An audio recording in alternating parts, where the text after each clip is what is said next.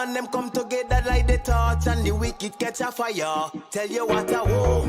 When they get to you, them try fi better and the system try fi turn them in a shatter. Tell you what I war. One Babylon highly Selassie rain down lightning and thunder. Tell you what I war.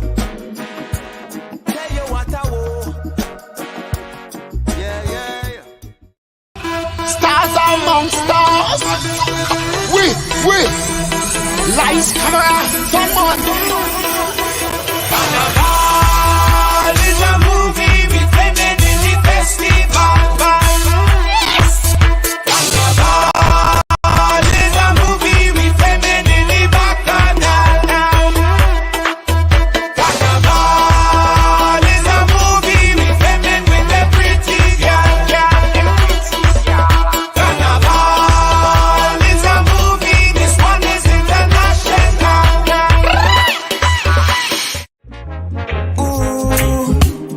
Go so with your badness. We know you're not slackness. This a Rasta business. Ooh. Run, come give me the roots and culture. Chase them vulture. Ooh. Go so with your badness. We know you're not slackness. This a Rasta business. Ooh. Run, come give me the roots and culture. Greetings. Yep. Greetings, good night, everybody. Good night, and welcome to the conversation. Another day, another week. Yes, sir. Another day, a week. We back with you last Tuesday again. We gotta apologize. We were not here again. Apologize to the fans. You know, it was like, and again, we're all working individuals, so you know how it is. It's a bit tight, and schedules are tight. So we appreciate you being, taking that time out of your time to be here with us when we can possibly make it. But before we get into tonight's hot topics and conversation, Sherwin, bring on that disclaimer, my brother. Yeah, and the disclaimer goes: the views, information, or opinions expressed during this program are solely those of the host, guest, callers involved in the program and do not necessarily represent the views of Majestic Music Radio, its management, or host, or advertisers. Majestic Music is not responsible and does not verify for accuracy of any of the information contained in this radio program. This program does not constitute medical or professional advice and is solely for entertainment purpose only. Here's what we can get tailor that because we do give out some professional advice. Yeah.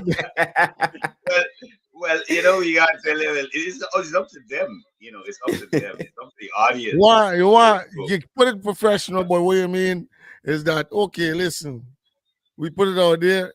Now you do your research. So Exactly. in case anything, you can say, hey, I'm about to talk about this thing. Let me see if this thing is real.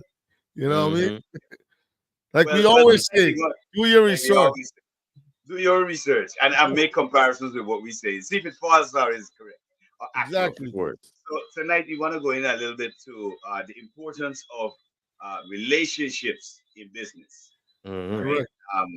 Why networking is important, especially for the creatives. I think now we can go to an expansion of our conversation because I think we have elaborated for many conversations about IP laws. But let's start to go into an expansion of, let's leave out artists and music. Let's deal with the other sectors that, really need education about business and relationships and networking. Now, one of the things we have been, and I'm always grateful and thankful for, is the fact that networking is one of our strong points or strong suits in what we do. It's really the catalyst to help in any development format, because if you don't have all the information or you don't have leverage, it's always good to have individuals who understand the business, who you network with, that you can get information from, that you can get pointed from, that you can even get directions from, all right, to go in the right direction. So, networking, relationships in business is very, very important. And it's something that our creators need to look at. And what I notice now that has been happening is that people who are in videography, people who are in photography, people who are into acting and stuff like that, they're also trying to get better edified on the particular issue of how do we create, how are we building an industry and an emerging market. And Guyana is changing, as we know, on a daily. Mm-hmm. Um, we may have had some controversy recently with the whole gold smuggling issue, and we're yet to see how that impacts the economy. But our focus really is not on that, but really how do we create an industry for the creators. And I'm encouraged presently, based on what I'm hearing, what I'm seeing, that people are getting more edified and they want to know more of their rights regarding IP. So I kind of want to chime in there, whereby Yeah, go yes, we have been on the run in a sense, right? Because we have been putting in the work throughout the years, some more than others. But based on what we have been doing, and especially since we started the conversation, people have been able to reach us at a faster pace, right? And ahead. at least get a larger understanding of what we are about and what they should be about, amongst themselves, especially in the business. So recently, we started getting an extensive amount of calls, and Yep, everybody pretty much have the same concerns of what can we do? Are we doing it the right way? How could it be done? Right? What yep, is the cost? Because in we did spoke on forcing people into business, right? yep, Unfortunately, it might sound bad, but if we want to get to a positive environment in mhm. business, then we kind of have to, nudge he or Yeah. We have she you into have to that direction. foster business. You have to foster business environments. That's how it works. Correct. So Yeah. because we operate in that manner, even amongst ourselves, we are able now to reach out to other people, or other people reach out to us, right? And Hmm. give our services, which Sherwin like to tell us, well, hey, y'all not talking to the people, or you need to advertise more, right? Yeah. So even with our little bit of advertising, a lot of people still reaching out, for the Yeah. services that we offer. Yep. And that pretty much brings us around the topic of the importance of relationship in business, right? Yep. It don't have to be entertainment business, but any business in general, right? Yeah. And relationship in general is important. That's a fact. Um, if you wanna become somebody, a lot of people might say, "Oh, I independent." Now, that is something that don't exist, as at least from my point of view. or or the terminology self-made. Well, all right. Somebody had to be molding you. You can't make yourself, right? Exactly. I mean, unless you're talented like me, of course, but nevertheless, somebody had to be molding you. For instance, I grab a lot of knowledge from people in my background, right? When we're not on cameras, when we're not on radio, I am able to Hmm. have conversations with people and say, hey, we are think about this, or what you think about this? And based on what they say, I might put it into my own, little box and take what I need from that and apply it to my life, right? Yeah. And I'm pretty sure everybody have the capability of doing the same thing and have access to different people in their life that they're able to do the same thing with. Yeah. So the importance of relationships in business, Different people in their life that they're able. I can't really stress the topic itself, right? Because you can't go anyway without networking or communicating with your counterpart. even if it's your enemy in business. Yeah, well, you know how it is. Well, business is naturally a network because there's always some part of the business. I mean, the businessman tries to cover all corners, but most times, it ends up that you can't or you will not be better in some kind of way from with another than another business association or partner or something along the way. But you have to make sure that whatever part you're good in is your part, and then the next part. Most times it's a collaboration. If you really look at the whole thing, a collaboration of a of a on an umbrella or something. Most times that Correct. does the real, create that magic around, because then again to that's something that is a win-win where um when one day you might not it might not be a direct business for you, but because you put it down to the next partner that you got within the network, you might eat the food. That's Hmm. how business goes. You can't stop that. You know what I mean? Mhm. Yes, sir. So network is really really important when it comes to business. Yeah, networking is one of the most important aspects to business because that's how you understand one your environment. Two, you get people more involved with what it is that you're doing, and you just get more involvement. That is what networking provides you with, and also it provides you with a ready access to individuals you may need to tap into for not only information, for guidance, but also for commerce, for the exchange of currency, business.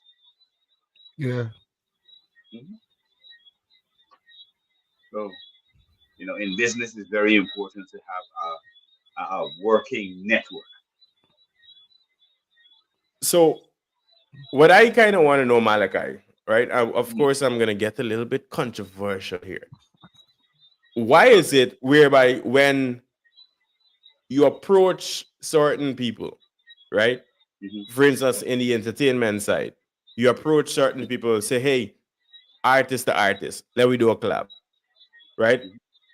A man will feel some type of way because you may say something in a way that they haven't been able to understand in that moment, Mhm. right? I believe a couple of weeks ago, Binik and Isam Benzi kind of went at it, whereby Benzi, of course, we know he have been kicking up a stink in the business and kind of, getting under everybody's skin and Yeah. allowing them to pay attention, which is good, right? So now Yeah. that everybody's paying attention, in my opinion, Benzi kind of drop off on the wave that he was going, and I think that he should have kept with that momentum because he had Mhm. everybody paying attention at the moment, whether it be government, whether it be the creative sector, and everybody else in between, Yeah. right? Whoever. Yeah. And he was talking about the support and these sort of things, and he reached out to Binik for collaboration, and Binik pretty much responds in a way, well, a little tight right now, but we can get to the in time. Mhm. Yeah. And I guess that was taken wrong, and Mhm. Benzi lash out, right? Whereby Mhm. he does support the artist or the regular, and to know Yeah. that the artist can return a favor. You know, I mean, I would probably feel a way, right? Like you try to style me thing because who die and make you God, right? Why you think you above anybody else? Ah. Well, I'll tell you what. In that case, it is it's easy and to figure that one out. That is as easy as it is. Um, that is ego. There's artist to artist ego, straight up. All right. Um, I don't think that the artist himself should have reached out to Binik I was um, just going to get to that. because we Just don't operate at the level. If we're gonna have a collaboration, it would be manager to manager, Yeah. and it would be from the standpoint of benefits. Because what is the benefit of me doing a collaboration with you? All right, it's to benefit both of us. One, I would be able to reach your audience, and the other artist would be able to be lifted to a higher platform because that's how it works. You couldn't be on the same level and really focus on collaborations when it's not going to be beneficial to either party. All right. Mm. Yeah, but So we got to think constructively, especially in that sector, because collaborations are made for two reasons. For that reason I just stated, which is the cross, what we call the crossover issue, or it's for the issue of we have two powerful artists coming together, and we know we got something that's gonna bring a hit out of that smash together. So those are the Mm. two reasons yeah, but that that will come together. what I'm saying, guys, is that these are things that you wanna know. Everybody's coming to the levels of being professional, taking the whole thing to career level, right? And if you're doing that, it is where you want to know that, okay, listen, I'd like to come to the table for us to discuss on a collaboration. Now, when you come to the table, it's gonna discuss percentage, um, the percentage, how who's getting more percent than who, or if it's a No, but fifty that fifty. depends. That Correct. will go with who's investing money No, no, on no. But this this is either. where you gotta think to the levels, because for Yeah, iron me, out the bits. like how I looking at it, right? The Yeah. level of professionalism that Benzi is promoting, and also the level of professionalism that I see that Beanick is trying to keep himself in that type of level. Mm. Because, Well, Phoenix is more mystique. but what I'm saying, Yeah. if you're actually looking at those levels, you want to make sure that, okay, we think about what it is, what's the project about, who we targeting, um, what's the where we actually putting this thing on, what's our promotional plans. All these things gotta come in order. So now when the impact comes in, okay, all right, cool.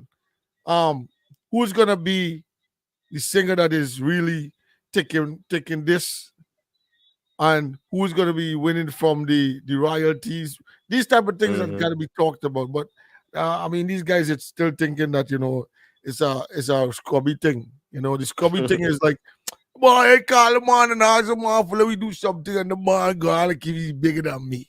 Mm. Wherewith we don't know how much levels that a mama be thinking that, bro. Me, my managers, and also the people that I'm working with is trying to push me in a direction in this way. Now you Correct. come and you talk to me as a friend. You know want to say, bye. We think they put a different level now. The man say, yeah, we can do it later, but no, I can't do it now. No, you right to it, you get mad. You know what I mean? But sometimes the man people is whispering, hey, listen, you cannot be doing these type of things no more.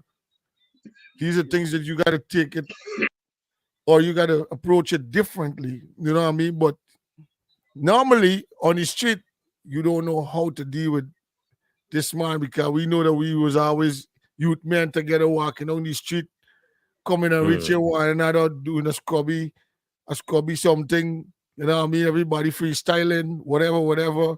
Come in the studio, coming whatever, doing whatever, is all freestyle. But when you reach a certain level, it's different. So I guess these guys, they got to come down to that level and stop being from so early as an Yeah. artist that they ain't reached to no big levels yet, trying to create beef. Ain't no reason for beef when you're so small. Ain't no reason. Well, I agree with you. well, we have been not per se advocating for um, you know, that whole idea of violence and all that kind of thing that happens in other people's industries and in their music collectively. You know, we've been advocating that, hey, we don't need to go down that direction, because if you look at the music that has lasted over time and lasted for generations, it's Hmm. not music that is overly suggestive. It's either the party music or it's either the love music, one out of the two, or the conscious music has lived on. So you got three um, bits of music that live on forever, basically. That would be conscious music, love songs, and party songs. Those are the songs that, in my estimation, live forever.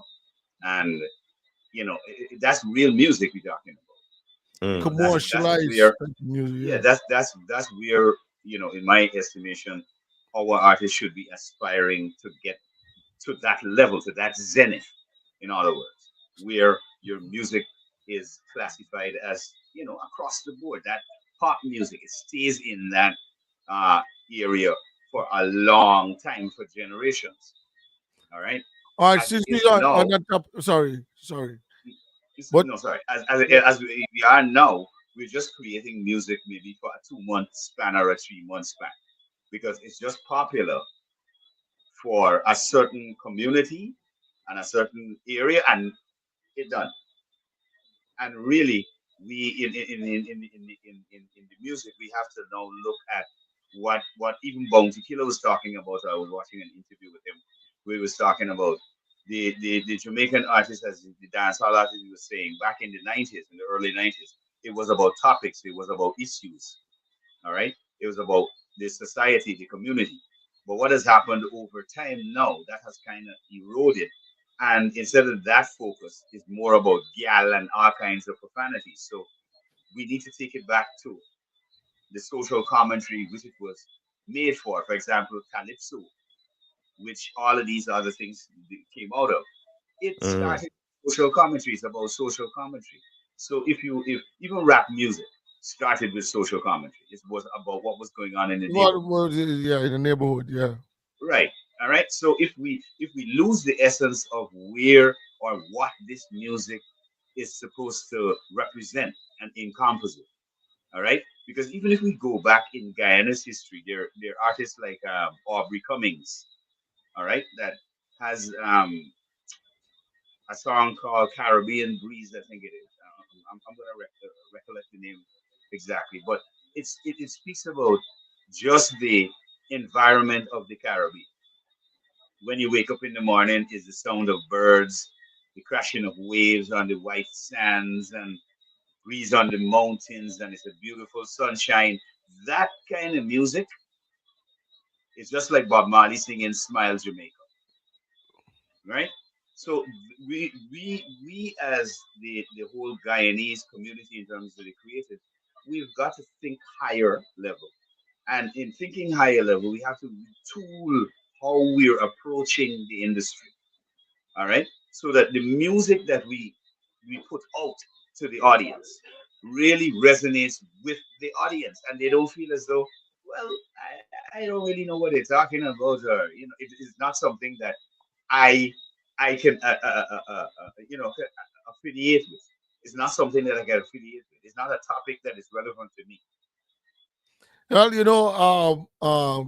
that comes with a lot of creativity and a lot of Yeah. artistry in the sense of sitting and figuring out word for word how you can actually put together a story about maybe where you live, your area where you live, or maybe the country in the whole, maybe situations that's going on. You know what I mean? Like I normally would give um Gucci Boss a thumbs Hmm. up for sticking to what he believed in, which is one of the things he called kwekwe. Hmm. Because he came out of a society which is in Itika. If anybody knows Itika in Beach, is one of the Yeah, yeah, yeah. villages that was very, very deep into kwekwe music and folk music and all of that.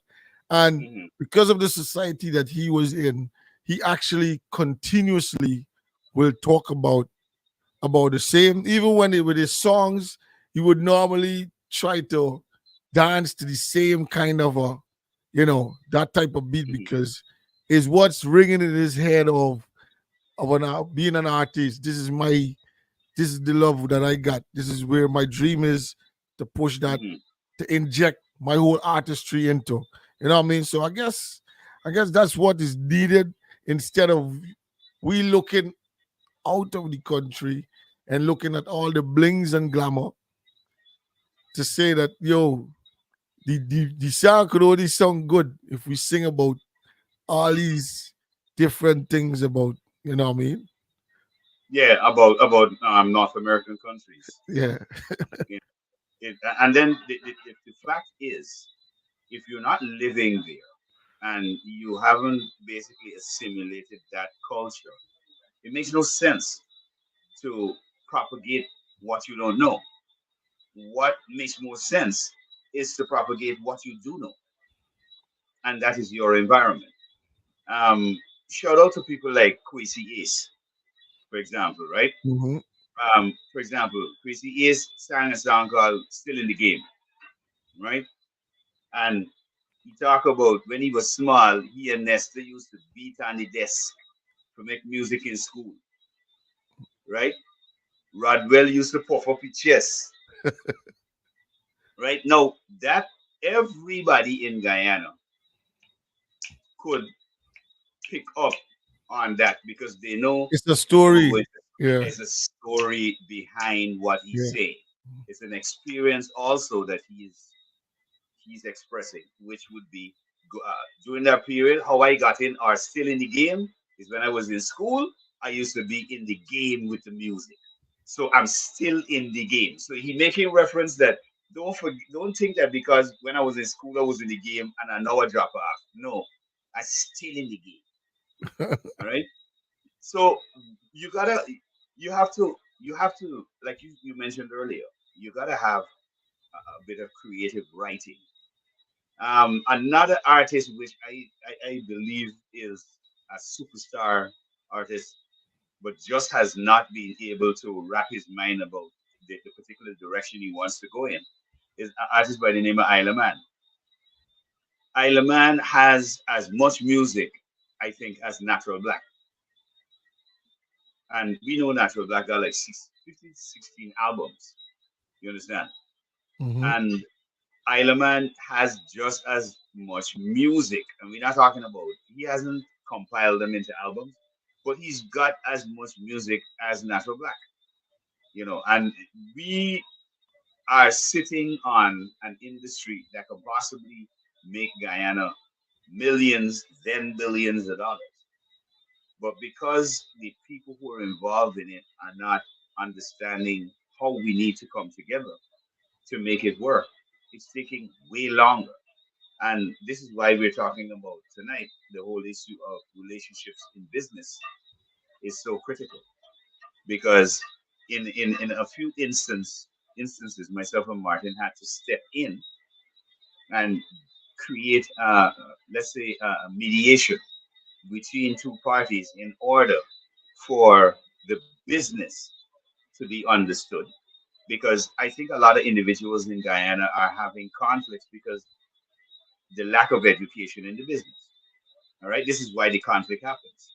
It's not because they're bad people, all right, or they have evil intent. It's just that the lack of the education will then run you into a corner that then will create friction between the parties, and then an argument will ensue, and then problems will ensue. So this is why we are so adamant about educating yourselves about the business. Because if you don't understand the business, then this is why it's important, as we're talking about tonight, relationships in business, because you have to make Yep. relationships. All right, this is how you learn. So if you don't know a particular thing, it's good to network with somebody who, in your estimation, has that information that you're looking for, and you get with that person, and you get that bit of information. All right. So it's all part of the networking. So we have to understand how important networking is to what it is that we're trying to accomplish. So for the artist, it is not just the artists. We're talking about writers. We're talking about designers. We're talking about everybody in the creative field, the videographers, the photographers, the stylist, the makeup artist, because everybody has a uniqueness. Mhm. I don't know if Guyana realized something. You remember they had a girl in Guyana that was doing makeup called, I think it's Rennie Chester or something like that. Her name was, right? Do you know that that girl has been basically endorsed by Trinidadian makeup product line, and they have basically bought her over, Hmm. all right? And she works with their product line. It So goes to show. yeah, it goes to show she branded herself. She was persistent and consistent with what she was doing, and a bigger firm say, okay, well, if they're not going to snatch her up and use her as part of their marketing, well, hey, we're gonna do it.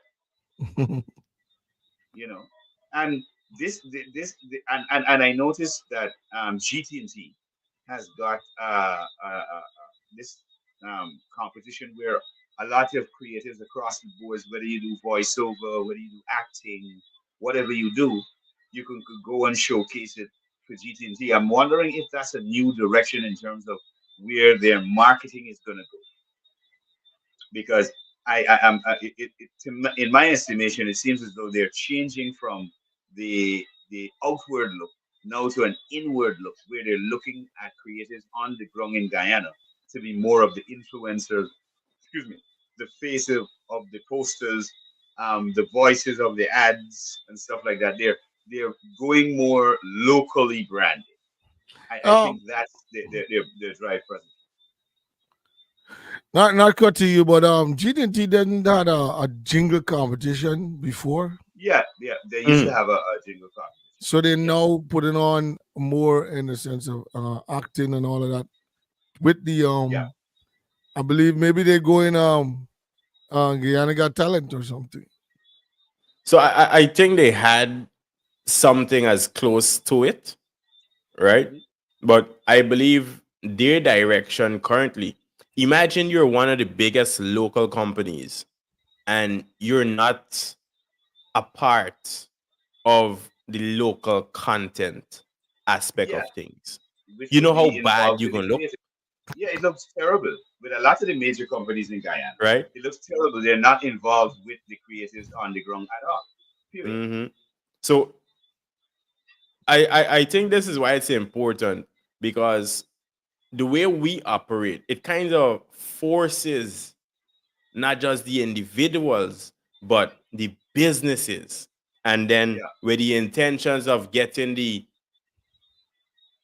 not much the ears and the attention, but forcing the government also into doing what they're supposed to do. Because as Malachi would have mentioned, education is key. And if Hmm. the people is not educated and the government is not educated to the extent that they need to be, then we all not gonna get no way, Exactly. right? So by having these constant discussions and conversation with various people in different parts of business, Hmm. because the good thing about us, we're not just in the entertainment, we're in other areas, right? Hmm. So because we're having these discussions, people are realizing, well, hey, I got to do this, eh? Or Yeah. if me do it, I'm not making money, I'm losing right? money. So the fact that you may be the biggest artist, but you don't have any distribution, you may be the biggest cell phone company, right? Or service provider, but you don't have the local people supporting you or you supporting the local people, then you're serving no purpose. Mhm. So Hmm. by understanding what we want, it forces everybody else to follow suit. Given that you're doing it in the right manner, because of course, back in the days, we kind of had the same thing going, but everybody for some reason went in the opposite direction. I don't Hmm. understand why, but we now seeing the change whereby everybody is realizing, we been seeing this red flag all the time and we just going down the wrong road, knowing Yeah. another man just cruising through the green line, right? Hmm. And you realizing I've been suffering here all the time. Right. Because you've been suffering all the time is what is gonna make you wanna not suffer anymore. and put things in place for Exactly. yourself, your business, and your Hmm. generation to come.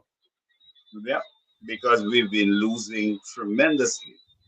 Um, Even the content providers who Mm-hmm. use YouTube, and this is stuff we've been talking about for a very long time. Um, we have content providers who they got money floating out there, but there's Yep. no access. Hmm. There's no access to that money. Even So when you're able to access it now, Malachi, based on the how much ever new laws that recently came out and more still being added, based on all these lawsuits that has been flying left, right, and center in the US against the major service provider like Facebook, iTunes, Spotify, and everybody else in between, because yeah, we have these things happening, laws are being created every single day, right? hmm, And we're gonna yeah, see constant change happening. Now, if you had to collect a 10,000 last year, now are you sorry you can't collect the 10,000 no more?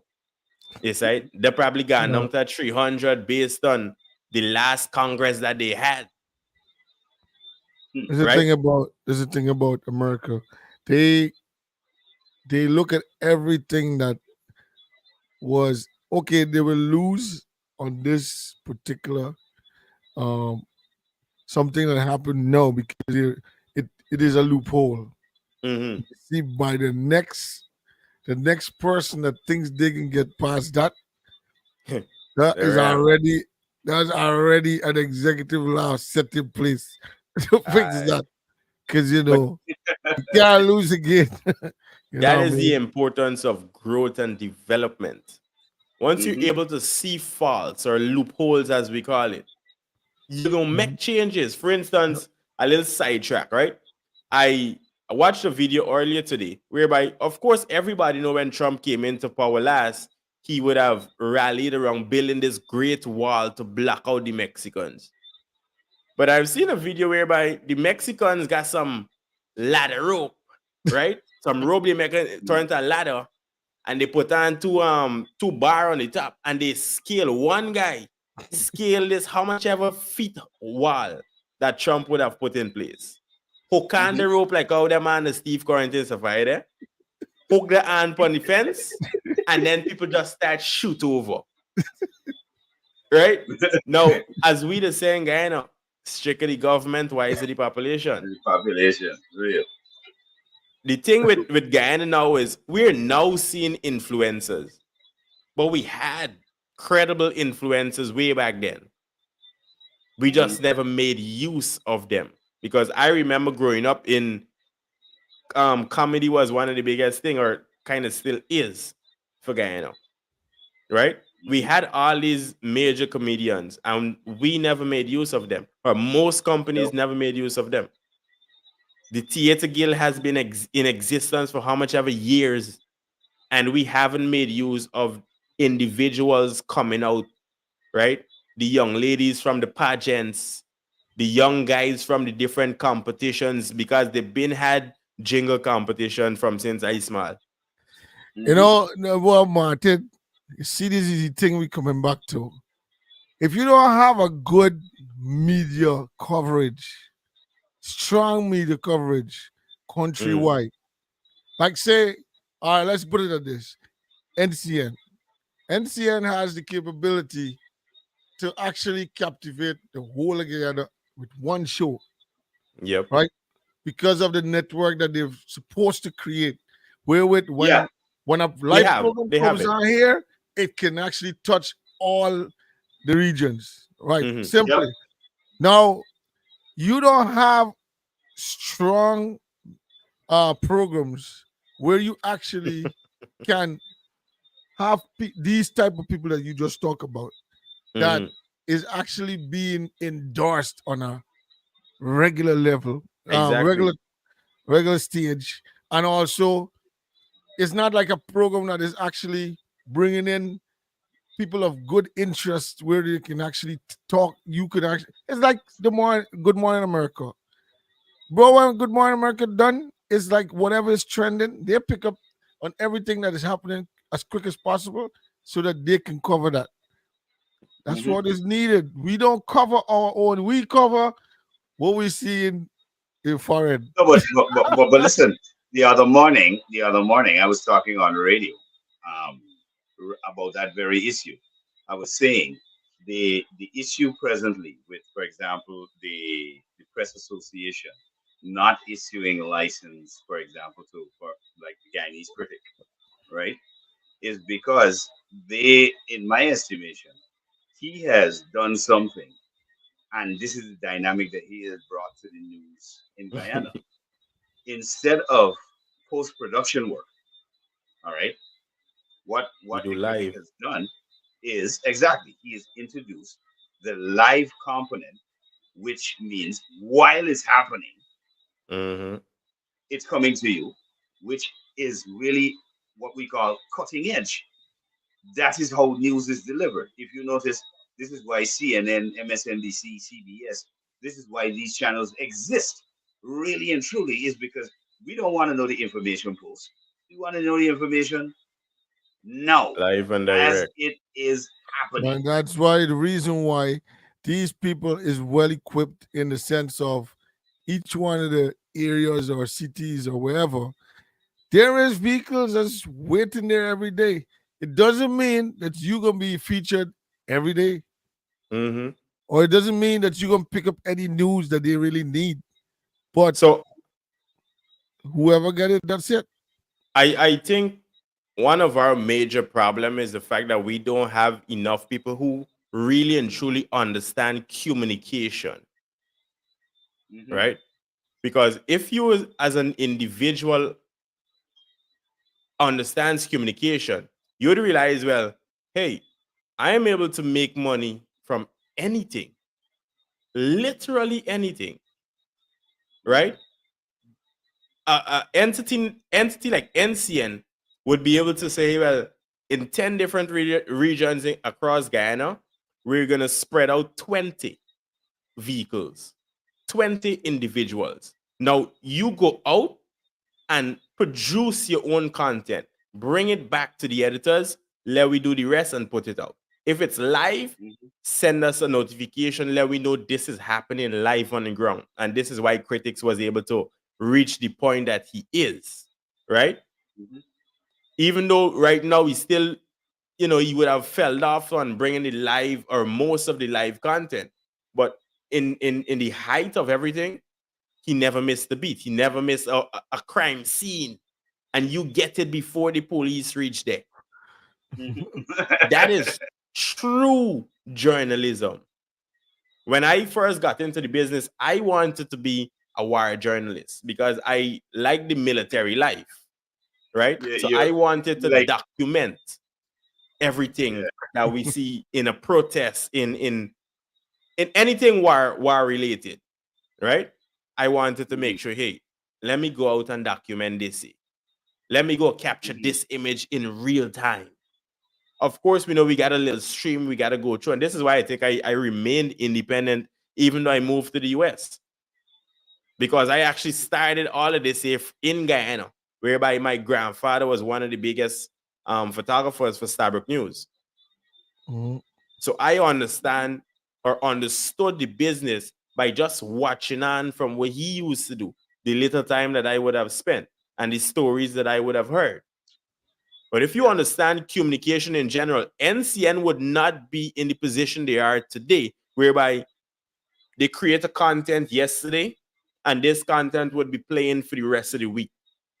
That make Yeah. no sense. When That crime makes no sense. happening, everything happening, sports happening, entertainment happening, there's so much different areas of communication that you have to cover. Now you're supposed to, but you have to cover. Even if it's boring to majority of the people, you still got to cover it. Because I remember when we went to Jamaica, in the hotel room, we had literally nothing to watch or nothing to do while we was Yeah. waiting, right? Yeah. And we turned on the TV to understand how they function. Jamaica network or the TV network that we was watching that time, which would be compared to NCN, they was playing one of the most poor quality boringest show you could ever come across, or at least in Hmm. my experience. You know what them Yeah. little thing that a man would say, hey, let me get together and do a dance. And all them 20 artists come out and sing. One of them thing was showing on the national network in Jamaica. Till the song, one of the songs stuck in our head, and the girl was singing reggae is my jam. And she was going, she was going totally off key.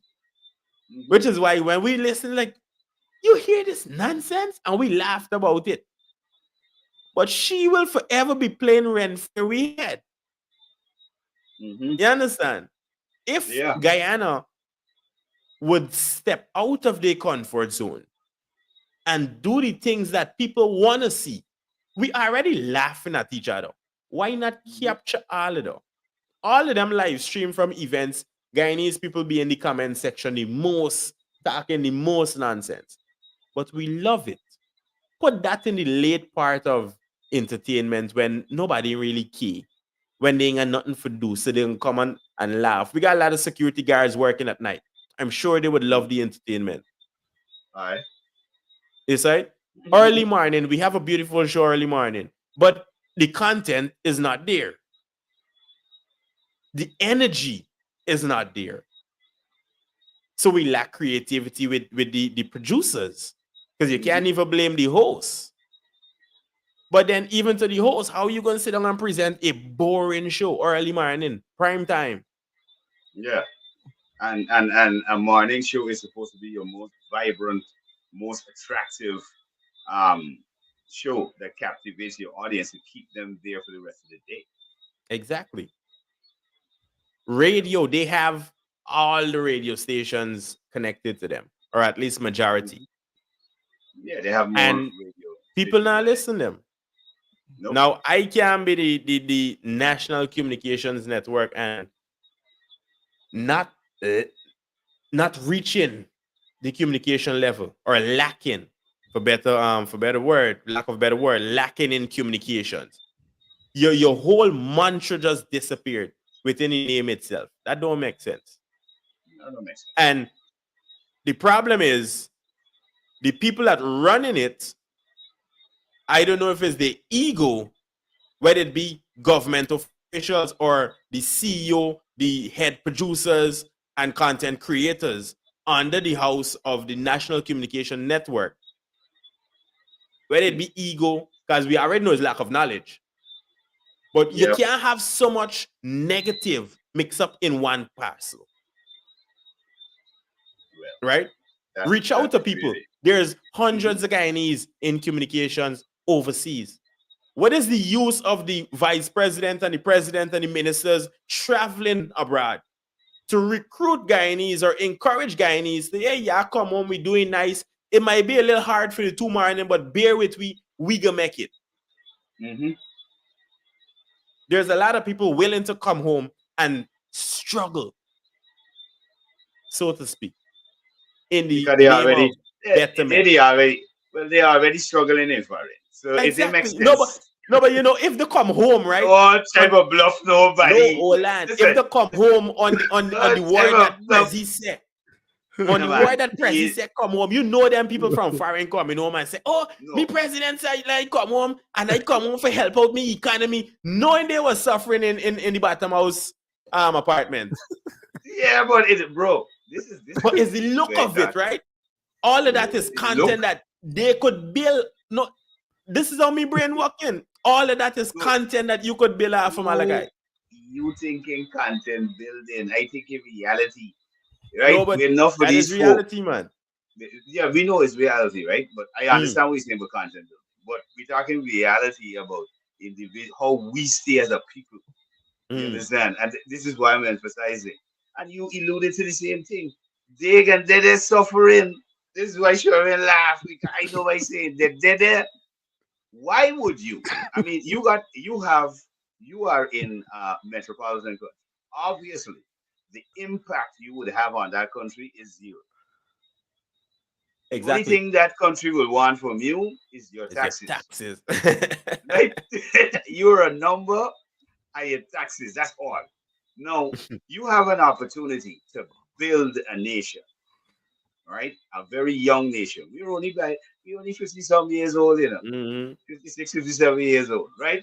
Now you have opportunity to put down what is called a foundation for the future generation, which is your future. Why would you forsake that, knowing that regardless of what image people try to put up in the US as Guyanese going up to the US, regardless of what we know how it is, it's tough. Yeah. Because if Americans who were born there have it tough and they have a lot more leverage and scope than you will have in terms of the system, and we know it tough. So Hmm. contributing to your homeland is imperative. But at the same time, while the government is touting for people to come back, they should be thinking as we are trying to get their minds into that space of education that listen, they have people with talents that want to come home, but you don't have the necessary regime or the environment, the enabling environment for them to come in and do what they do. Yeah, And they're making millions, and they're the thing making is millions out of Guyana. the thing is people will be happy to come home, and they're making a lot of money over here. Yes, it's kind of pressing with all the regulations and all that has to be mortgage and all these different things.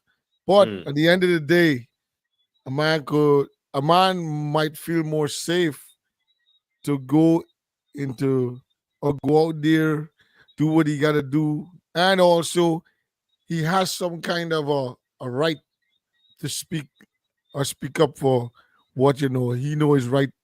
Or if discrimination, especially a big thing over here, I mean, if he's feeling discriminated, he can actually call. A normal man could call, I don't want to talk to you. I want to talk to a manager. In Hmm. America, and the manager has to come. In Mhm. Guyana, they can tell you want to talk to the manager, come back tomorrow. No, but this is where you gotta fight for your rights now.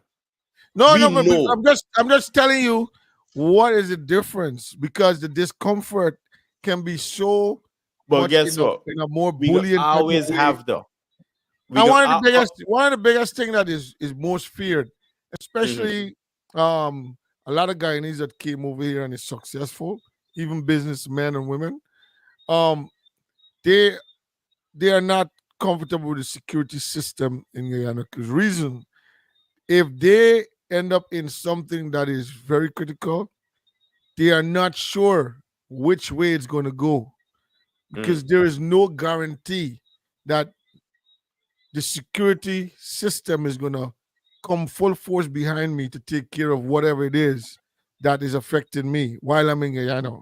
You know what I mean? It's not to say that there's not safe areas, safe places, or whatever, but most, tell me 80% out of 20%, people will tell you, why, I ain't even sure if I want to go back there. Or I ain't sure if, you know, it So is a this place. is the thing. We will always have that unless we actually make the change within them areas, right? Mhm. Now, Yeah. majority of the people in New York is of Indian descent, right? Coming from Guyana. Till we was able to have little Guyana. Now, if we take all of the Guyanese in New York alone and bring them back home, remember, most of them people come already from Berbice, Essequibo, or Linden, and the Yeah. few from Georgetown. Got enough people still there in Georgetown, people still do 'em, as from me side, right? Yeah. Now, Yeah. if all of them people of Indian descent, now you have to use everything to your advantage. Let me say the coolie people come back home and go on Barbies. Them people know mean going for certain stupidness. Now, if Mhm. all 100 people come and say, we getting in front of the NDC today for we rights, you know how Mhm. fast they going to fix the system in Barbies? Same thing for Linden, same thing for Georgetown. Because remember, these people coming home, they ain't got nowhere for going. They ain't got new house and thing with government giving out. They going right back to where the barn and grow. Let me tell you Exactly. something. All right. Especially in the country area. You guys might have been from Georgetown. But for me, with the culture of the country area, I don't believe nobody's gonna leave here to come to do no business in Guyana that they're not guaranteed of from the countryside, because they want to make sure that they're guaranteed, one, safety, guaranteed too that the business is going to go through and all of that. Because I've met, especially in my job system, I've met many guys that's here for over 20 years of Indian descent and also of Afro descent. Them man reached a level because they're making money, they're comfortable, they can do, they have all the benefits and everything that's happening here because of the system that they're in. Yeah. They are so skeptical that, bro, if I leave and go there and something stupid happen, I just put my whole all of this that I work so hard for. You know what I But mean? but but Are but, you but, sure, but hold Shirley, on. you could count them people? Huh? But Sherwin, You can't count them. don't There's a lot. I talked to a hold on. little a kid, a Hold on. kid that is what, a kid that is only 18 today. He's an apprentice at my job. I said, Mhm. when you gonna go back home? Because he live all his childhood life in Guyana. I said, when you going back home and check with the family? He said, my whole family migrated. We ain't planning to go back from Puerto Rico. I said, bro, you serious? He said, no, he ain't planning to go back in no time soon. But No, we're because looking. they are waiting until everything nice and fixed. I think critics would have No. said it best to an older lady who called from Canada on his program the other morning. Critics said, no, no, no, no, no. Stay away there, not come back. We road dusty, things bad over here. We now fixing it. Don't come back. Stay where you're there. Because if you want to come back home and expect it to be like America, or be like Canada, or be like the UK, that ain't gonna happen. We Ain't gonna have to happen. come back ourselves and fix it. We know the road bad. First thing, the engineers ain't doing a good job. Me is not even the engineer. I could tell you, based on the drainage situation I see in America, it not being doing right. Yes, right, man.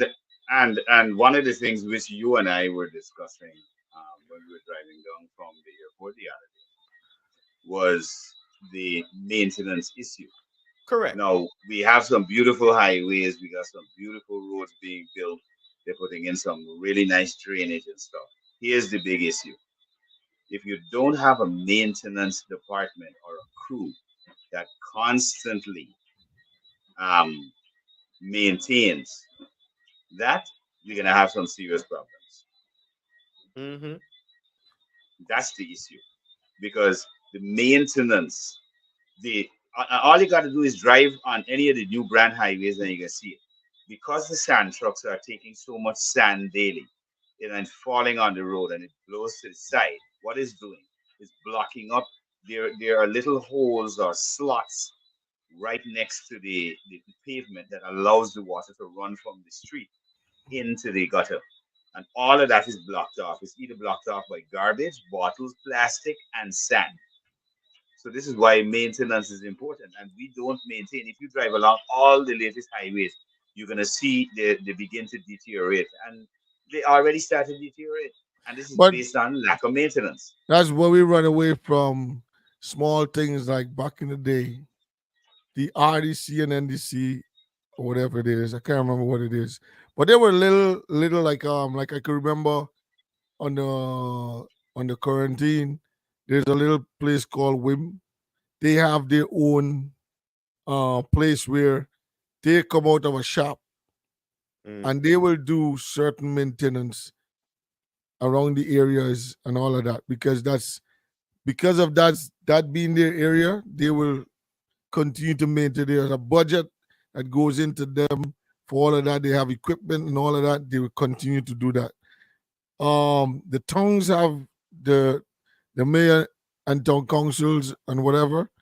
They Mhm. normally was supposed to be having a budget to make sure that they do all these different things as per maintenance. Major work comes again when there's a real reason for, listen, there is, we cannot control it no more. Enough is enough. Well, we got to budget on this road again after Mhm. number. It happens right here. It happens right in America. America gets some of the sometimes New York is driving down the road, some of the worst roads that we got to drive on. But at the end of the day, right, better be sure somewhere along the line, that road is going to be maintained. You know what I mean? Correct. And because of the salt, different type of weathers, and all these different things, of course, these roads damage quick. So this is where it's important to understand the aspect of relationship, right? Because everything for me works together. Now, we building the nice fancy roads. That is good. Lack of maintenance, that is bad. Lack of creativity for the engineering, that is bad. Because as much as we have the little holes to run the water off or run whatever waste off, it is not as big enough. Right?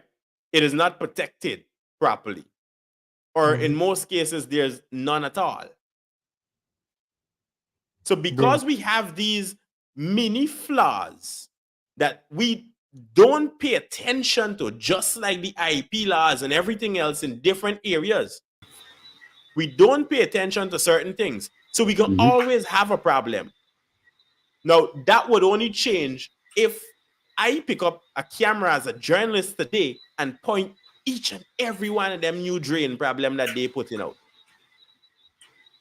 If I highlight all the problems on the road, because you can't build a road today and let a big truck drive on it next week. The maths don't make sense.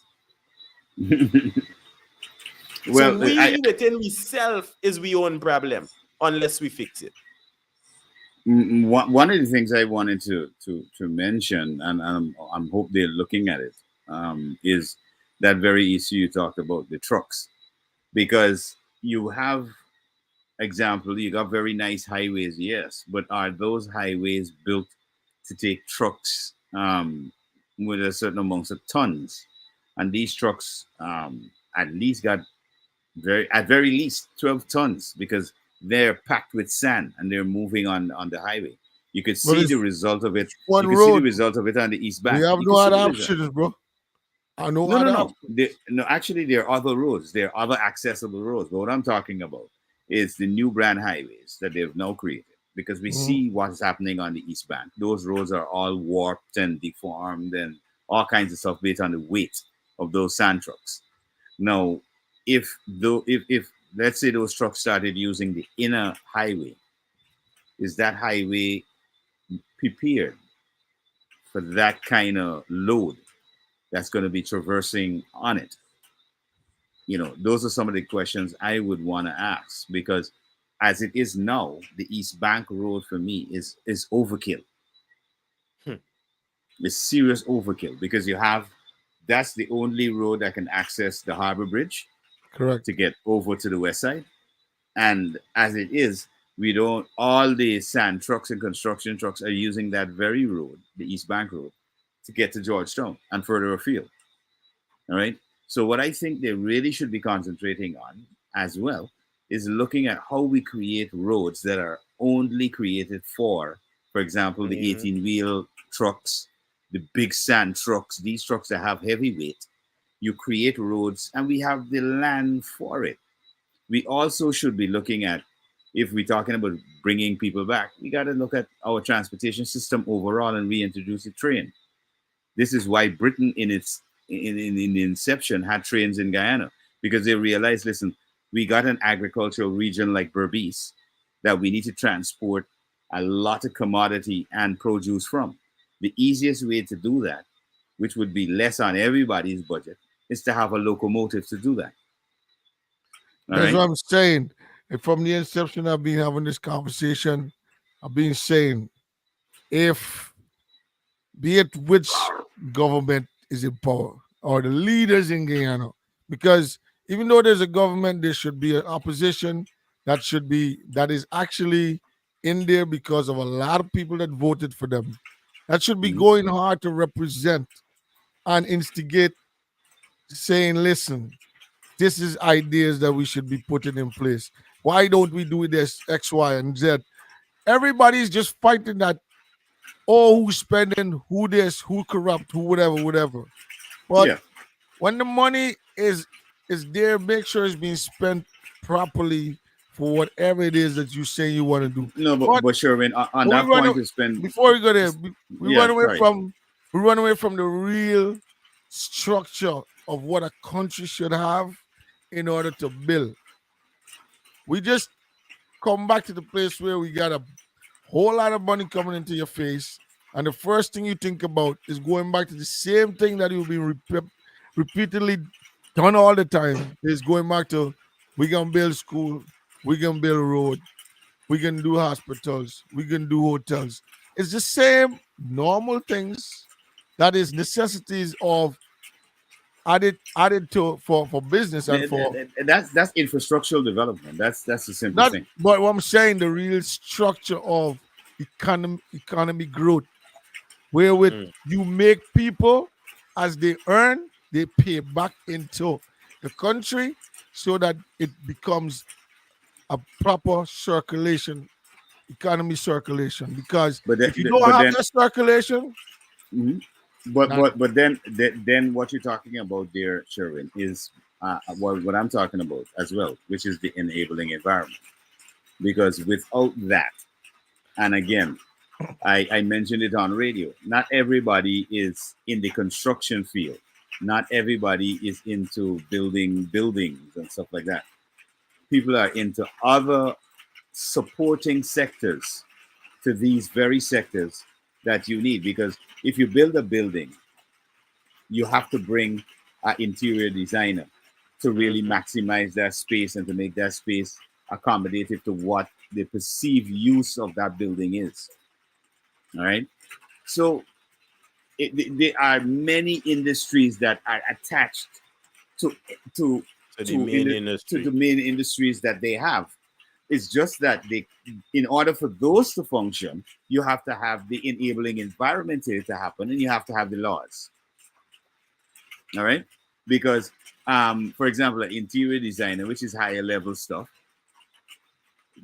that has to be covered under.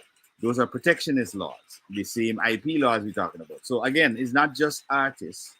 And let's say somebody in Guyana says, "Listen, I have developed a really good carambola wine." mm-hmm. All right, we have to think big. We have to think big. So while the government is thinking big in terms of infrastructure, agriculture, and all these other sectors, we also have to think about how are we protecting all of this value that we have. And that's where the focus is. Like you're saying about the interior designer, right? Mm-hmm. Every interior designer, because we're with you definitely want to make sure that you have standout interior designers, right? Yeah. Now, if an interior designer is specialized and known for a certain type of creative in a facility, there is no way another man could walk in and say, "Boy, this thing look good. I can do this in my house." Mm-hmm. The interior designer see a photograph of your house with that design, he could say, "Listen, you actually take my work and you actually used it without my knowledge." But there's no protection for that, so anybody could see anything and do what they want to do. This is exactly why, for example, I mentioned just like how there's KFC, churches, and all that in Guyana. In Jamaica, there's Island Grill, which is authentically a Jamaican franchise. Now, one of the things that we in our environment should have been able to capitalize on and have that in the enabling environment and protection was, for example, with the fish shop that we have, all right, that provide a unique particular thing. Because in England, fish and chips is on the menu, but that's fish with potato chips. When you come to Guyana, you could have fish with plantain, and you could have different types of fish. You could get trout, you could get bango, you could get snapper. All right, so you got variations to your fish, as well as you got a unique product, which is the plantain that we serve with it. Now, if for example, there was an enabling environment where the fish shop could have standardized their packaging, they had the unique trays with the branding of it, they had the cups with the branding on it, and all of that. At one point in time, he was attempting to do that. But again, if you have to source all of that outside of Guyana and get that in the country, all of that is expense on you. All right. So the government should have been looking at how we set up an environment for these people. For example, instead of having the printers print or repackage people's books, they should be thinking of how do we print labels for products? How do we make packaging for products? Change the focus to productivity more than to copy. That's what we really need in Guyana. It's a change. And like I mentioned it at the beginning of the conversation, it's about educating the population. Because why we're running into these issues where we're not understanding where to go next or what's the next step is because we don't have the education. So then people get in conflict and friction because we're all trying to get up. But because there's no enabling environment to get up and we don't know what to do next, there's a conflict. And all of that can come to an end by educating. And by through that education, we know, okay, next step, next step, next step. Well, like you said, the whole thing is all about getting. How do you get businesses to actually come to the place that we want them to be today? Force them. How are we forcing them? By having these same conversations. Yeah. For instance, if NCN know they can build content without content creators, employ independent contractors. Employ independent contractors from Guyana who can provide that content. Correct.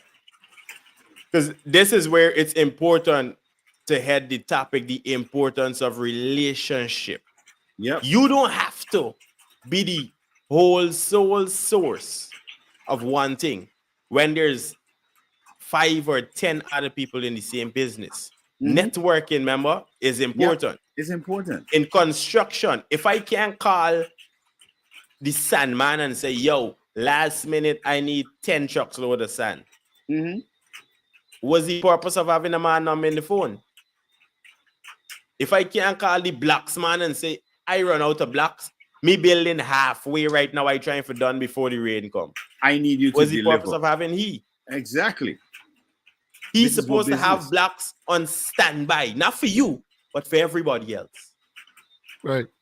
That's because that kind of relationship of not because you see one person put out the sweetie stand today and getting sold out.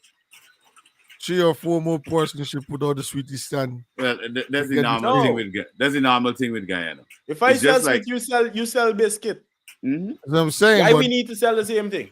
But I mean, nobody don't have that understanding, and that's something that is generally happens in Guyana. By the time a man come out here and selling dark food up the road, 3 weeks after, as long as you see they're busy buying out his dog food up the road, you will see another dog food standing on pop up. Yep. Just on a side though, guys, just to go back to a comment I'm seeing here from Donna Stephenson.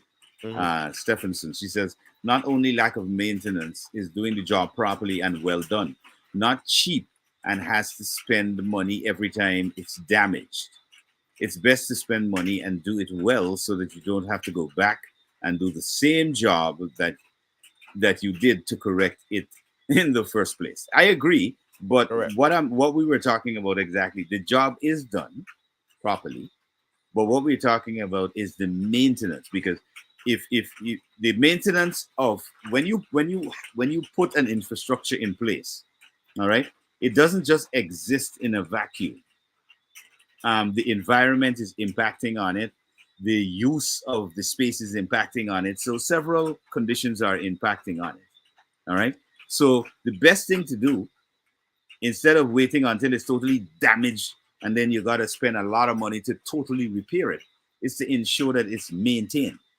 So once there's for example, the water issue with water settling on the surface of the road, you ensure that the maintenance crew make sure that the slots are all cleaned on a regular basis So when rain falls, it runs off the road.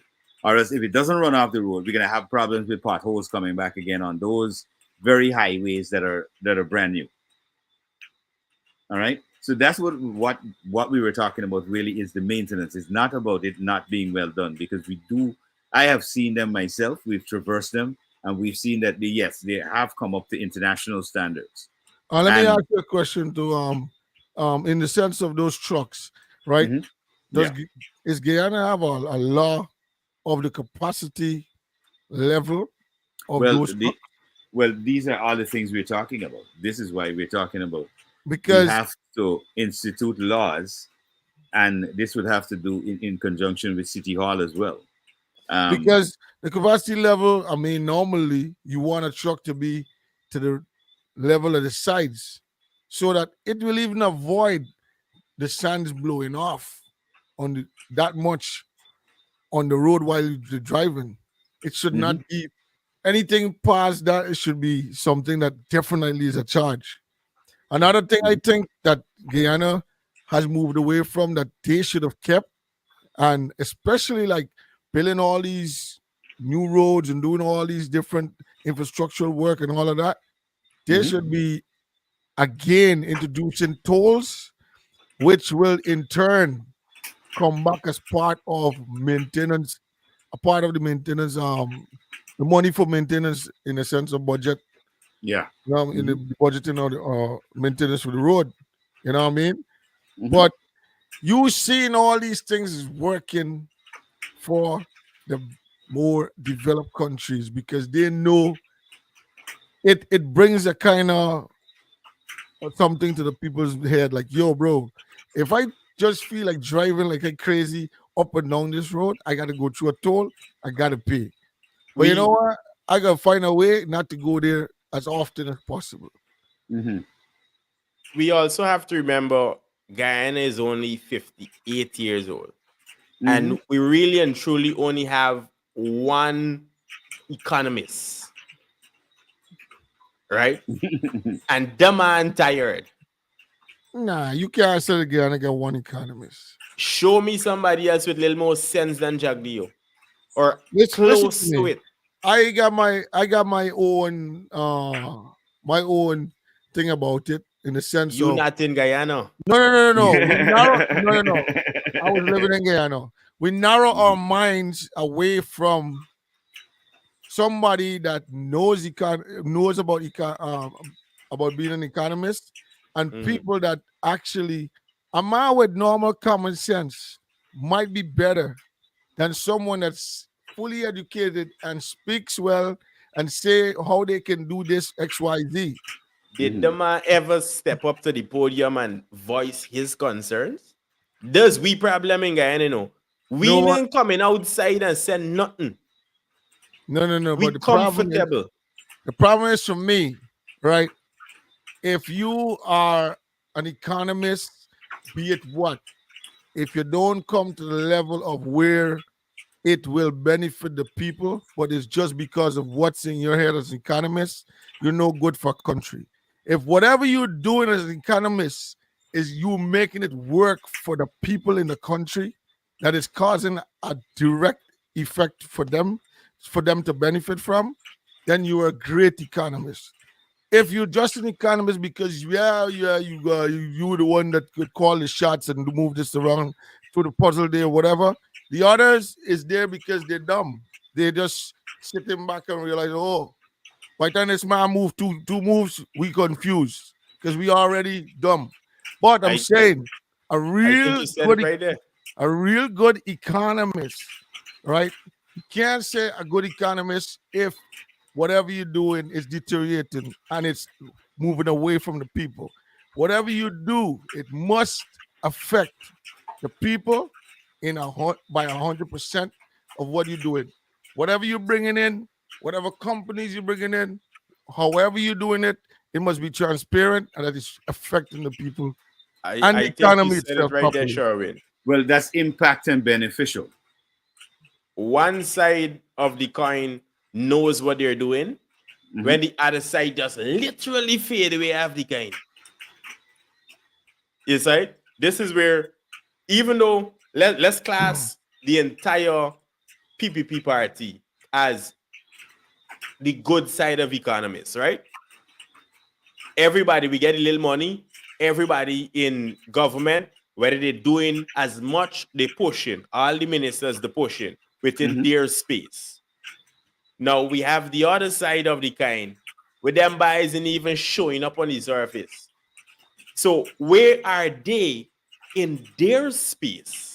Well, let me elaborate there. What they should have been doing, because of course, everybody that goes into parliament getting paid from our tax dollars and from our resource dollars. All right. Now, the PPP, as it appears on the surface, is functioning and doing their part. Now, what the opposition is supposed to be doing is that all the policies and programs and projects that the government are implementing, they're the ones that are now supposed to be smart enough to say, okay, well, we may not be in government. However, we're still in government because we have to look at all the documents and also give approval. Yeah. We can make it hard for you to get it right. So, well, we don't necessarily have to make it hard. But what we do have to do is to ensure that if we see a project that we think is beneficial for us as all Guyanese, because you're not thinking in terms of politics at that point, you're thinking the benefit of the entire country. All right.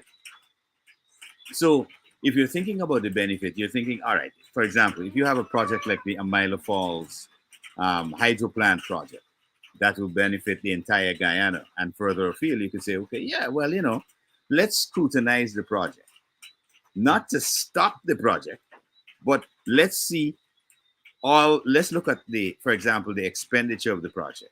Let's make sure there's no wastage, no excess, and also to ensure that the project comes off on time.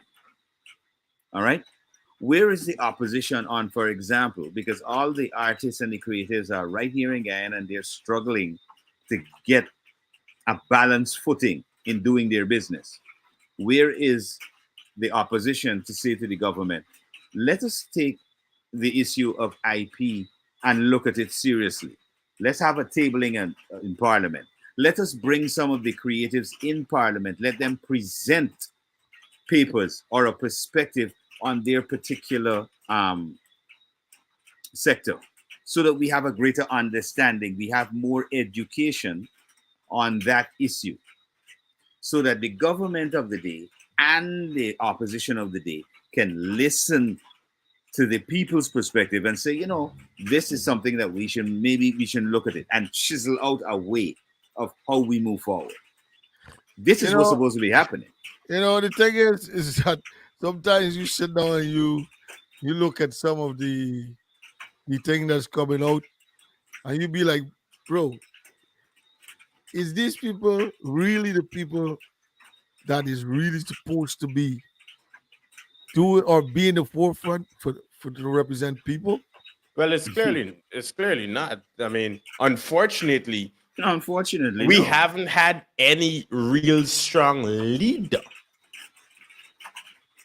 You understand me? After slavery, what happened? After coffee fight, after all the freedom fighters fought for something, what happened? Right? We would see in the sugar industry, the government shut off the sugar aspect, the sugar factory. Them man come out and protest, them man come out and stand up for the rights. The government say, all right, here's what happened.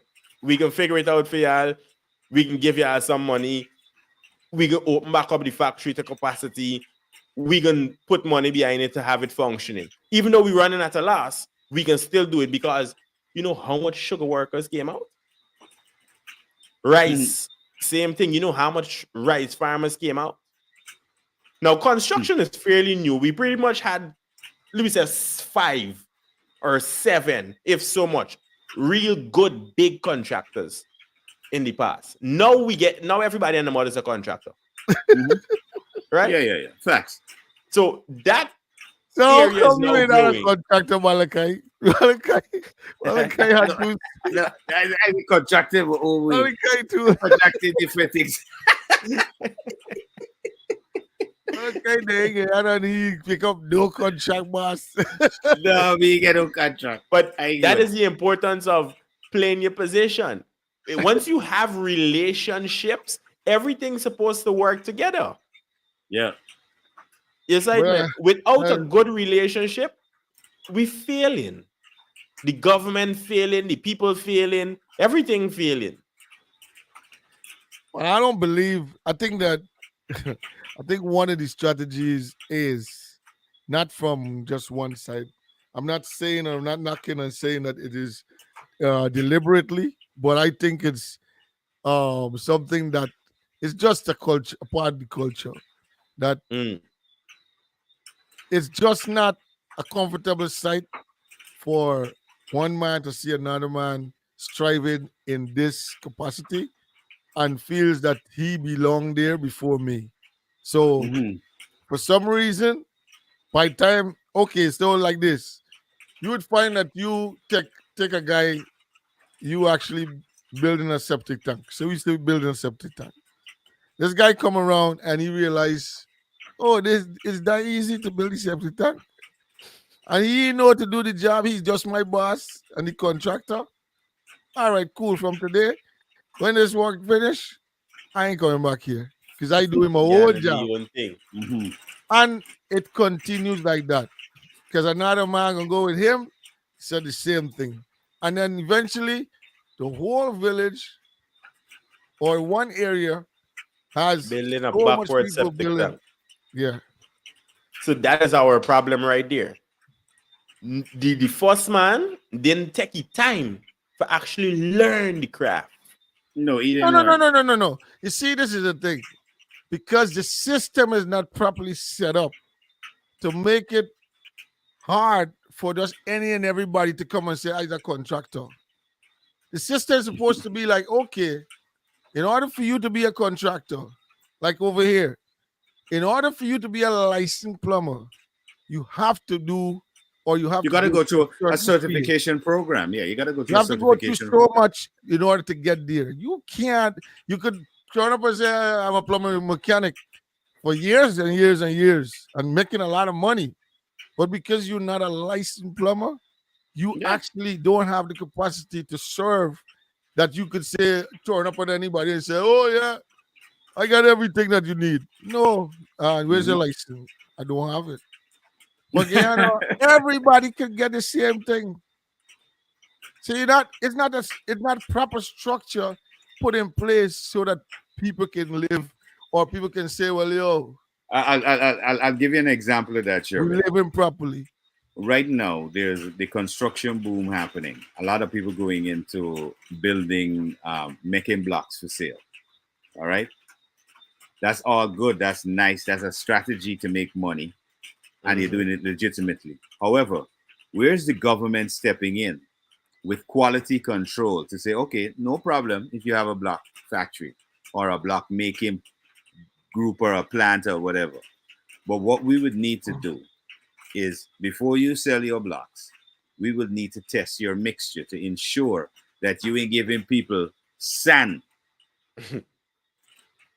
right? Your block is not 80% sand and 20% It's cement. properly calibrated. Exactly.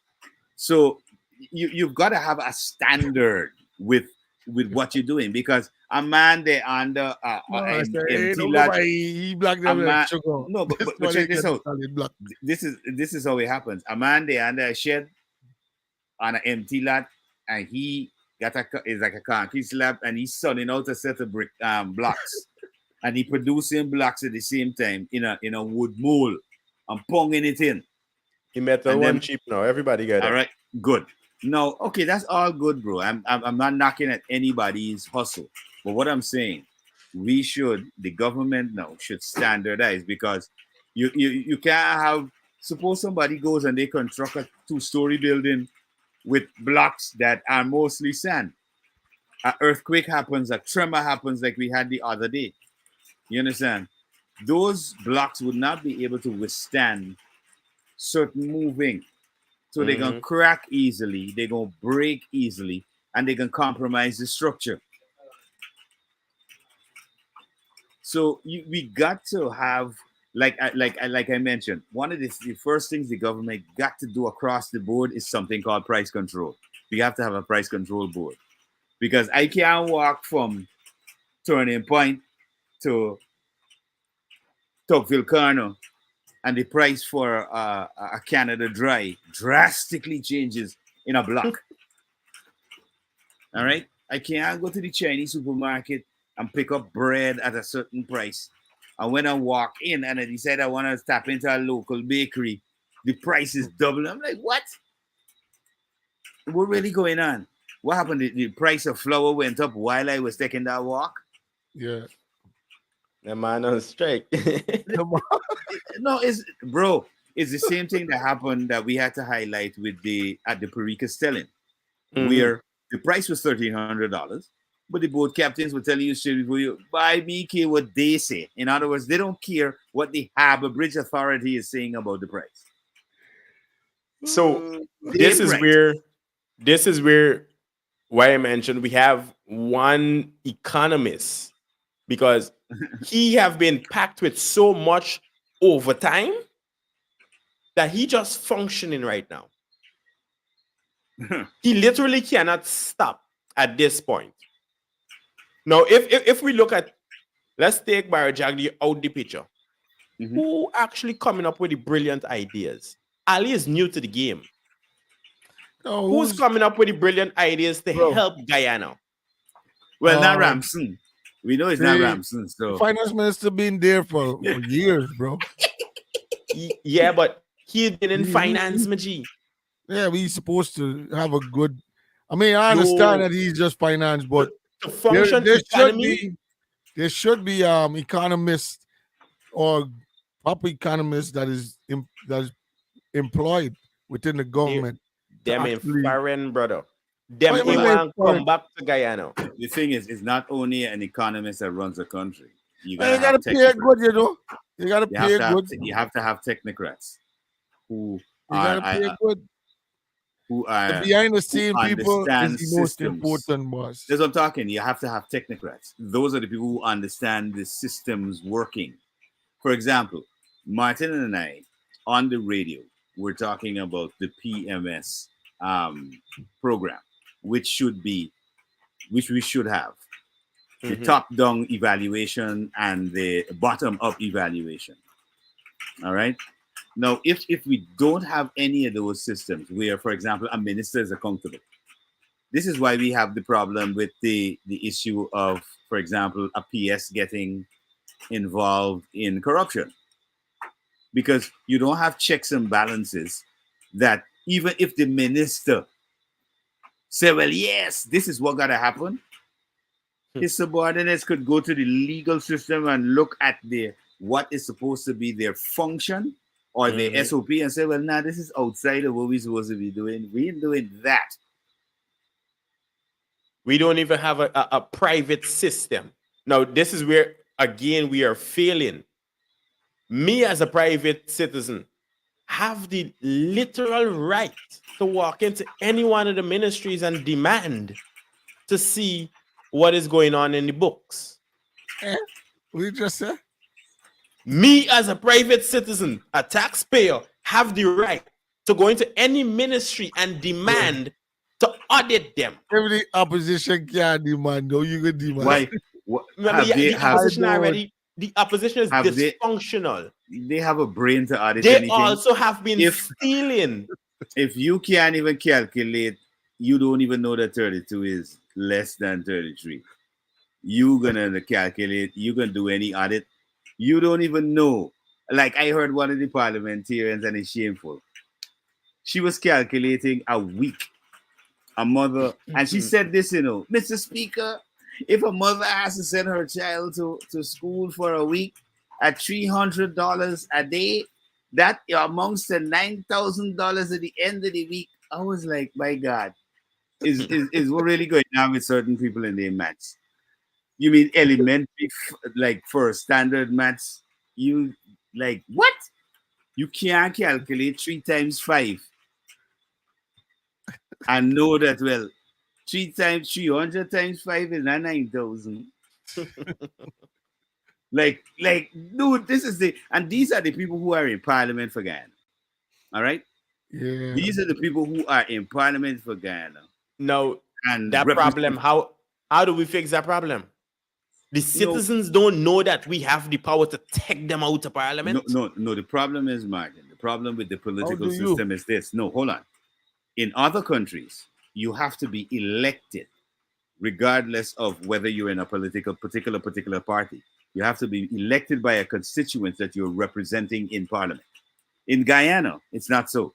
You vote for the party, and the party will choose the individuals they put in parliament. So you can't, as the constituent, say, listen, we don't want this guy representing, we no more, take he out. Replace this idiot. We See, can't do that. this is where we have to hold them accountable. Because if we continue to encourage certain things to happen, then it's we fault.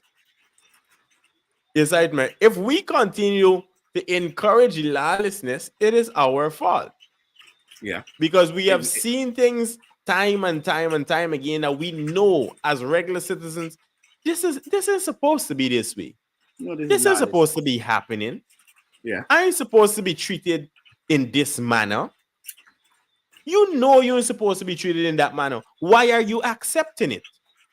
Well, one of the things I gotta say, the other day, I was on the road with a friend of mine. We were driving, and one of the things I love now is that the police have a different approach now because they don't know who is who, right? Mm. So you were right there too when they were asking, sir. First, let me clarify: is anybody here a police or army person, etc., etc.? They wanted to have that clear before they said what they had to say. And another incident, I noticed a police officer identified himself, gave his name and badge number, and said why he stopped us, which I thought was quite impressive. Because I'm like, for the first time, you realize, okay, why you stopping me? And I know who you are and what is your position immediately because you told me that. All right. So I noticed that there's overall there are changes happening. We can't beat up all the time and say, well, nothing is happening. Change is happening slowly. But at Of the course. same time, we can do things to fast track a lot of the things now. Exactly. That change only happen if you don't have to go boots on the ground. You don't have to gang up in front of nobody office. You show up to parliament when parliament is happening. In parliament is live broadcasted. Yeah. No, but well, one of the things that I have a friend, we normally talk in a chat in the group, and he went back to Guyana after about 20 something years, and he actually said it plain. He said, it's something that we all understand that leaders is gonna do what they're gonna do. Um, they're gonna make laws and break laws that almost the whole country is not gonna like. But at the end of the day, one of the biggest problem that we have in Guyana is people people in the whole, general public in the whole, do not want to learn or have the right information that's coming out of their rights and what is not their rights. At the same time, they are not they're not in that place where they want to go through process. They rather look at ways of how we can stop this as fast as possible. It's called bribery. You know what I mean? Let me deal with this thing differently and whatever. And so the society has become very much so hustling type of society. So everybody feel that it's a get and go. The faster you move, money got make. You know what I mean? It's always a hustle and bustle or whatever. I mean, I understand there's not everybody is in that type of in a frame of mind, but for the majority on the road, on the go. And the same adoption has come over to the law enforcement system where, what we doing? Everybody trying to live. You know what I mean?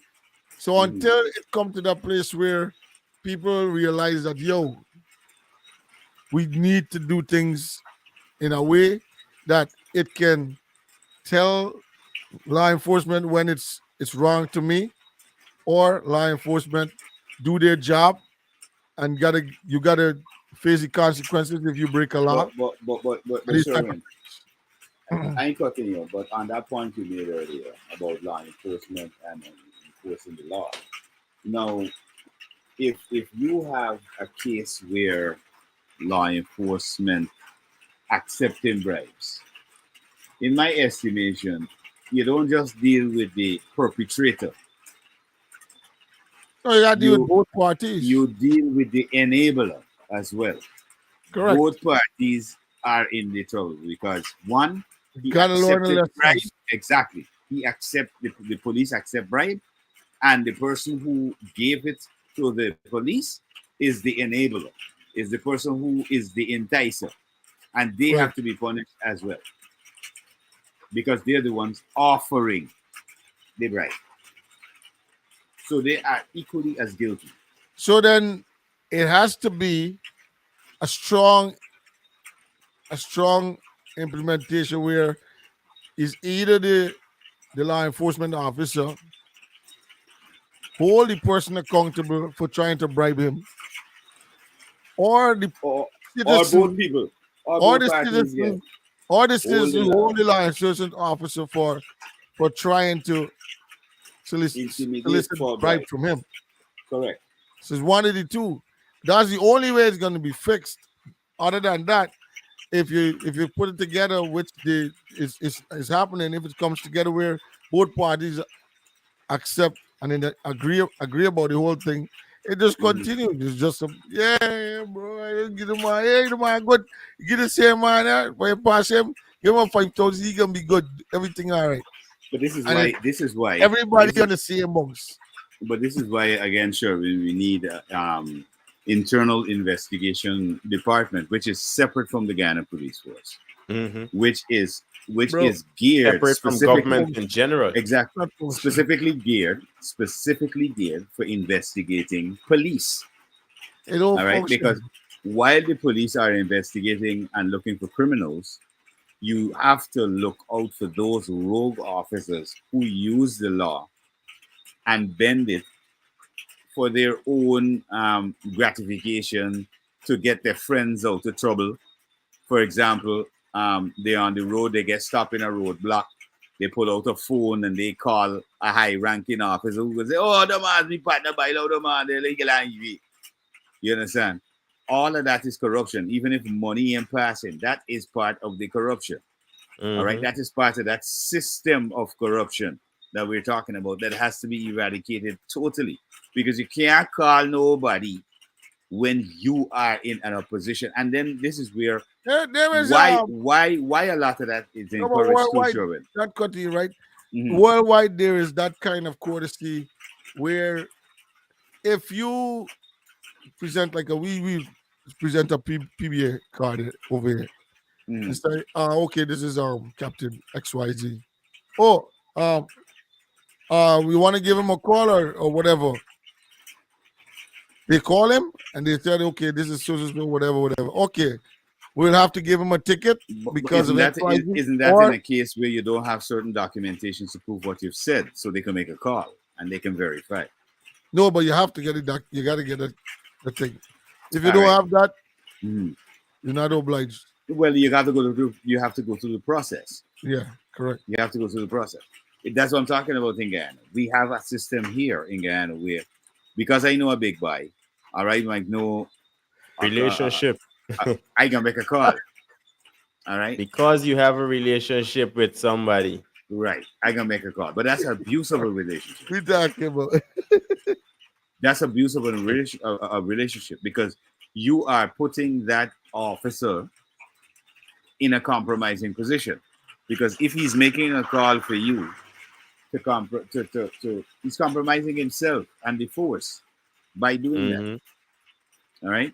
So, and then the other part of it, sure, and the other side of the coin that you got to look at is this is why we need the Internal Affairs Bureau in Guyana for the police officers because we know for a fact You can't be working for a salary at the end of the month, but you're throwing backs every day, every day. How where you getting the money could throw backs every day and you work for a salary at the end of the month? Is he my personal business? No, well, the personal business. No, you don't have personal business when you work in law enforcement for a government. You don't have, there's nothing personal for you. Your accounts are open for investigation at any point because you can be, because of your station, you can be bribed.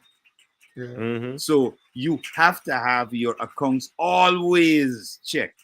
Because how we have police officers in Guyana with 3-4 minibus and 2 car walking road and they are working traffic. How?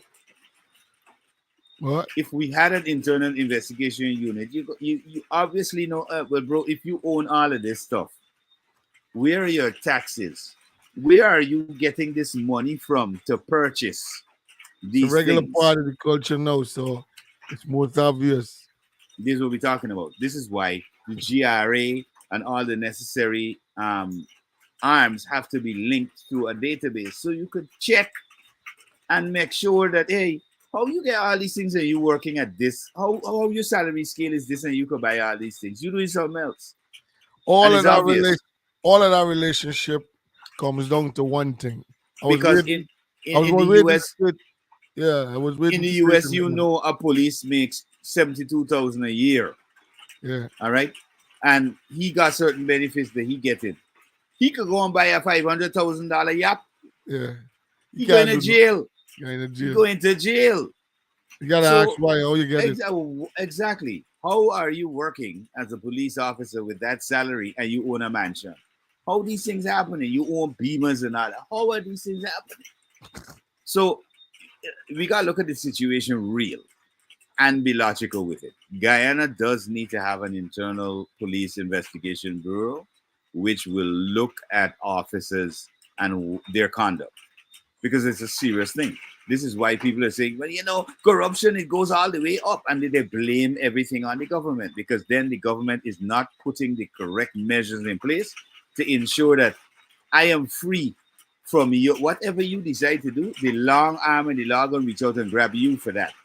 So people can't blame me as the government to say, oh, well, you allow that to happen. No, I had the checks and balances in place and they worked.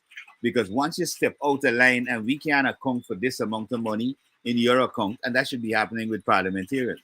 Because I know when I used to participate in the filming and the broadcast from Parliament, there was a bill tabled years ago, at least 15 years ago, that all parliamentarians going into Parliament had to declare their assets. It's called a declaration of assets. So they would have to state how you got what you got.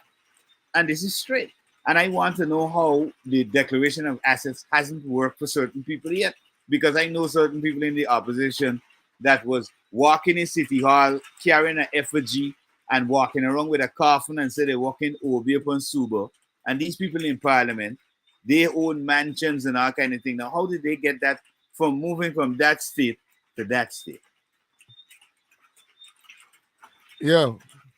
Like I said, what I feel is one of the greatest map or the puzzle to putting together that kind of togetherness and level of inter business with each other for it to function and work properly like it was promised. I don't know if it's still on the way and if it's still happening, but Guyana has to go digital.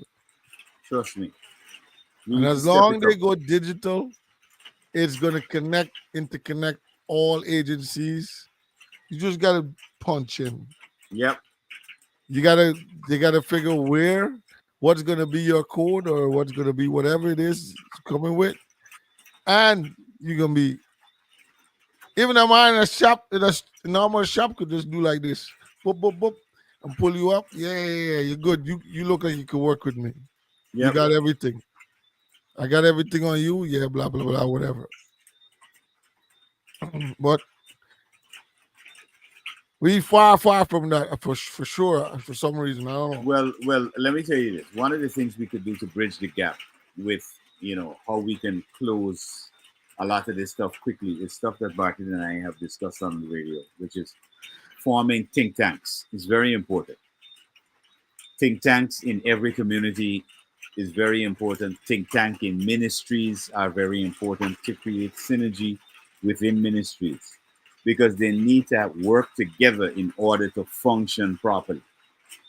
All right. They're not bodies unto themselves that operate by themselves in Yeah. a vacuum. They're operating in synergy with other ministries, which should be happening. And they should have think tanks in order to operate together so that we understand where we meet at a point and how we can make things much easier. How can we serve the public better?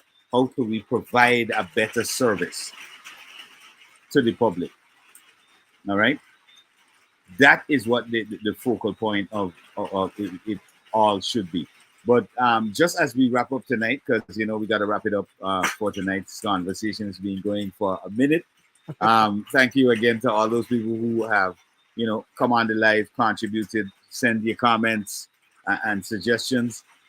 Check us out next Tuesday as well. We got more to talk about. But the topic for tonight is really about relationships in business and networking. And it's important in order for us to really move forward that networking must happen. So again, this is where synergy in every area has got to happen. Ministries have got to come together. We have to have think tanks in order to formulate policies with the political situation with the ruling party and the opposition. Obviously, they're dropping the ball on both sides because they don't understand that as government, you got to chisel out real policies that affect the population that helps and benefits the needs of Guyanese and not just a section or a group of individuals. Understand? So it's got to be more broad based. The policies have got to be more broad based, and we got to have think more enabling environment for productivity, not copying, but productivity, originality, authenticity. That's the projection. That's my thoughts for this evening. Yeah, well, for my thoughts, closing thoughts is I just want to encourage the leaders and also the opposition leaders, right? Because there's a broad percentage that has voted for you guys and for especially for the opposition. And it's Mhm. time that you guys realize the reason you're there, the purpose you should be serving, and serve your purpose. Because it doesn't make sense. You sit there and always look for all the faults instead of trying to figure out how we can. Well, well, if they see a fault, all they have to do is come with a corrective measure. Correct. Well, I'm saying they don't.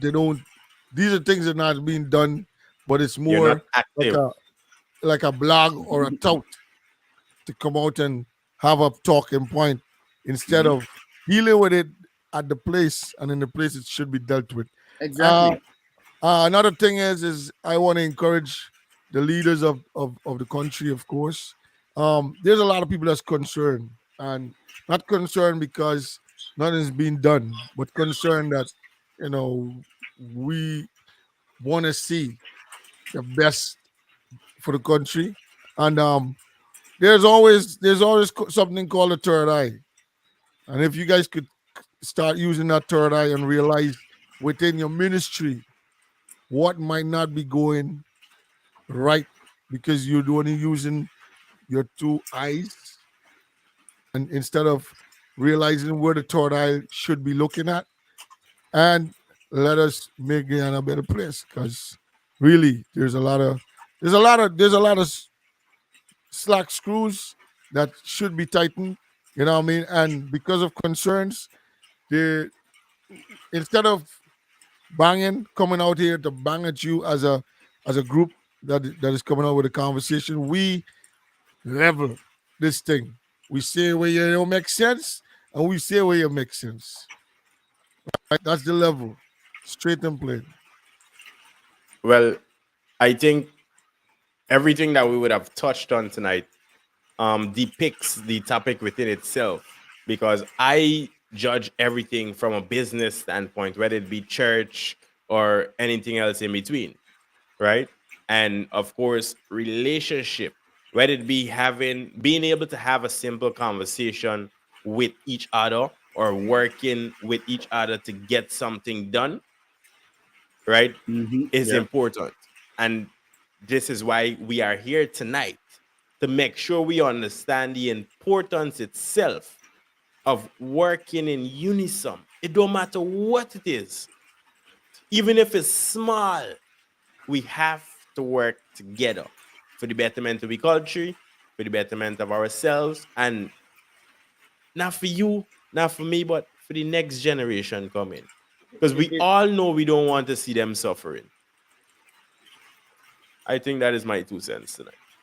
Yep. It's a collective effort, and we all have to work towards a common goal. That's the overall concept idea. Thanks to all the listeners for being here. Check us out next Tuesday. We got more interesting stuff to talk about as well. Check us out in the morning from 8 to 11 right here on Majestic Music Radio. Make sure you download that application as well. Strictly Guyanese music. And of course, the conversation continues in the morning. We got more interesting topics to deal with. Folks, it's a blessing all the time. Sherwin, disclaimer before we leave, my bro. Okay, the views, information, or opinions expressed during this program are solely those of the host, guest, callers involved in the program, and not necessarily to represents the views of Majestic Music Radio, its management, or the host or advertisers. Majestic Music is not responsible and does not verify for accuracy of any of the information contained in this radio program. The program does not constitute medical or professional advice and is solely for entertainment purposes only. While my colleagues say we do give professional advice, but of course, we want you guys to sometimes go verify that. So you do your research and know for sure what we're saying makes a lot of sense. Yes, sir. Yes, sir. Blessings, everyone. Next time, same time, same place. Yeah, respect. Man. We out. Up. We out. Ooh, go so with your badness. We know you're not slackness. This a Rasta business. Ooh, run, come give me the roots and culture. Chase them vulture. Ooh, go so with your badness. We know you're not slackness. This a Rasta business. Ooh, run, come give me the roots and culture. Ooh, go so with your badness. We know you're not slackness. This a Rasta business. Ooh, run, come give me the roots and culture. Chase them vulture. Ooh, go so with your badness. We know you're not slackness. This a Rasta business. Ooh, run, come give me the roots and culture. Stars among stars. We lights, camera, someone. Carnival is a movie with women in the festival. Yes. Carnival is a movie with women in the bacchanal. Carnival is a movie with women with the pretty girl. Carnival is a movie. This one is international. Tell you what I want. When the Rasta man them come together like the torch and the wicked catch a fire. Tell you what I want. When they get to you, them try fi better and the system try fi turn them in a shatter. Tell you what I want.